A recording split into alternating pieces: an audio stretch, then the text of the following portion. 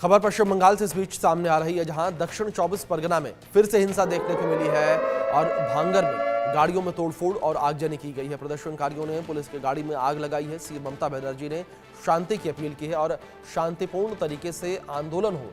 ममता बनर्जी ने कहा कि कोई भी कानून को अपने हाथ में ना ले। ये तस्वीरें स्क्रीन पर है, देख सकते हैं किस तरीके से जो बाइक घर के अंदर खड़ी है उसको किस तरीके से गिराया जा रहा है, तोड़फोड़ की जा रही है और सीधे तौर पर हिंदुओं को टारगेट किया जा रहा है। तस्वीरों में देख सकते हैं किस तरीके से यहाँ पर तोड़फोड़ की जा रही है। तोड़फोड़ की तस्वीरें जो हैं वो निकलकर सामने आई हैं। इन तस्वीरों में देख सकते हैं जो बाइक यहाँ पर खड़ी है उस पर किस तरीके से तोड़फोड़ की जा रही है, किस तरीके से हमला बाइक पर किया जा रहा है। तोड़फोड़ करने के बाद अपने साथी के साथ मिलकर जो उपद्रवी है वो बाइक को गिरा भी देता है। मौके पर भारी पुलिस बल की तैनाती कर दी गई है और पश्चिम बंगाल के मुख्यमंत्री ममता बनर्जी लगातार जो है वो लोगों से अपील कर रही हैं कि कानून को अपने हाथ में न लें और शांतिपूर्ण तरीके से आप आंदोलन करें। ममता बनर्जी का यह बयान जो है वो सामने आया है। वहीं दूसरी ओर मुर्शिदाबाद में केंद्रीय बलों की तैनाती हो गई है। केंद्रीय बलों की कुल 16 कंपनियां तैनात की गई हैं और मुर्शिदाबाद में पैरामिलिट्री के 1600 जवान तैनात किए गए हैं। ये बड़ी खबर निकलकर सामने आ रही है। केंद्रीय बलों की कुल 16 कंपनी तैनात की गई है और पैरामिलिट्री के 1600 जवानों की तैनाती की गई है। बड़ी खबर है ये जो इस बीच सामने आ रही है। पैरामिलिट्री की तैनाती जो है वो की गई है मुर्शिदाबाद में। 1600 जवानों को तैनात कर दिया गया है। तो मुर्शिदाबाद में जिस तरीके से तनाव देखने को मिला, इस तनाव के बाद अब पैरामिलिट्री के जवानों को तैनात किया गया है। 1600 जवान तैनात किए गए हैं। ये बड़ी खबर जो इस बीच सामने आ रही है। तो 1600 जवानों को मौके पर तैनात किया गया है। ये बड़ी खबर जो इस बीच सामने आ रही है। मुर्शिदाबाद हिंसा के बाद भी लगातार जो स्थिति है वो सेंसिटिव बनी हुई है और माहौल जिस तरीके से मौके पर सेंसिटिव बना हुआ है उसको देखते हुए यहाँ पैरामिलिट्री फोर्स की कई कंपनियां तैनात की गई हैं। 1600 जवानों को तैनात किया गया है। वहीं दूसरी ओर बंगाल में हिंसा के सीसीटीवी फुटेज सामने आए और 11 अप्रैल को मुर्शिदाबाद में हुई थी दंगे की शुरुआत। जुमे के बाद धुलियन बाजार के एक घर का वीडियो सामने आया है और घर के पीछे वाला दरवाजा तोड़कर दंगाई अंदर घुसे थे और घर में घुसकर तोड़फोड़ की थी। टीवी और पैसा धुलियन बाजार से जो है दंगे की शुरुआत हुई थी। मुर्शिदाबाद के शमशेरगंज में धुलियन बाजार घटनास्थल से 200 मीटर की दूरी पर पुलिस स्टेशन है। ये कुछ तस्वीरें स्क्रीन पर आपके देख सकते हैं किस तरीके से यहाँ पर सीसीटीवी फुटेज ये निकलकर सामने आया है। किस तरीके से टीवी लेकर जाते उपद्रवी दिखे, तोड़फोड़ करते यहाँ पर नजर आए। इसके बाद जो बाइक खड़ी थी उसमें भी किस तरीके से तोड़फोड़ करते नजर आए। तो बंगाल के मुर्शिदाबाद में वक्फ कानून के विरोध में हिंसा भड़की हुई है। आगजनी के बाद तनाव है और इलाके में भारी पुलिस बल तैनात है, लेकिन डर खत्म नहीं हो रहा। हिंसा के बाद सैकड़ों हिंदू पलायन कर चुके हैं, शेल्टर होम में रहने को मजबूर हैं। लेकिन सवाल ये कि आखिर मुर्शिदाबाद में हिंदुओं को किसने टारगेट किया, किसके इशारे पर हिंदुओं के घरों में तोड़फोड़ और लूटपाट की गई है? क्या हिंदुओं के खिलाफ कोई बड़ी साजिश रची गई है? इन सवालों के बीच सियासत शुरू हो गई है। टीएमसी ने आरोप लगाया कि साजिश के तहत बीएसएफ ने उपद्रवियों को सीमा पार आने दिया।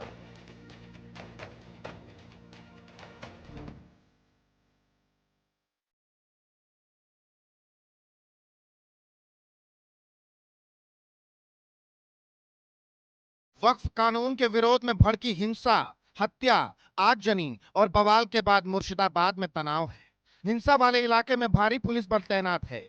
चप्पे चप्पे पर पुलिस का पहरा है। लेकिन सवाल है कि हिंसा की आग में पश्चिम बंगाल के मुर्शिदाबाद को किसने जलाया? किसके इशारे पर दंगाइयों ने मुर्शिदाबाद को सुलगाया? मुर्शिदाबाद को जख्म देने वाले उपद्रवी कहां से आए? क्या वक्फ कानून के विरोध में कोई बड़ी साजिश रची गई? इन सवालों का जवाब जांच एजेंसियां और पश्चिम बंगाल की पुलिस तलाश रही है।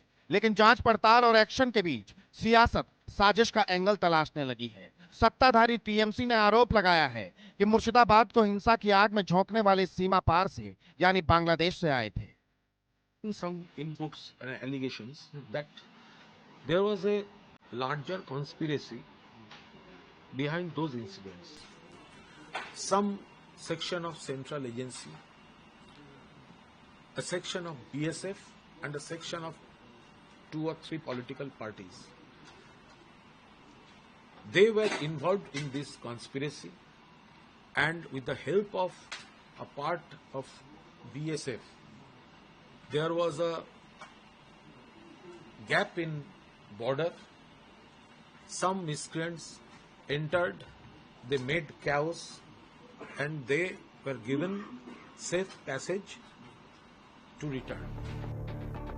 अब सवाल है कि आखिर टीएमसी को ये इनपुट कहां से मिला, कैसे पता चला कि मुर्शिदाबाद में हिंसा के पीछे बांग्लादेशी थे।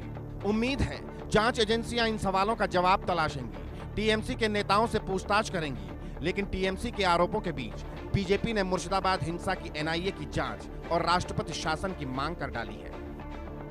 रूल तो मैं on the eve of election मांगा है, ये जनता का मांग है। जहां हिंदू माइनॉरिटी है, ये लोग हिंदू लोग को वोट नहीं दे रहा है।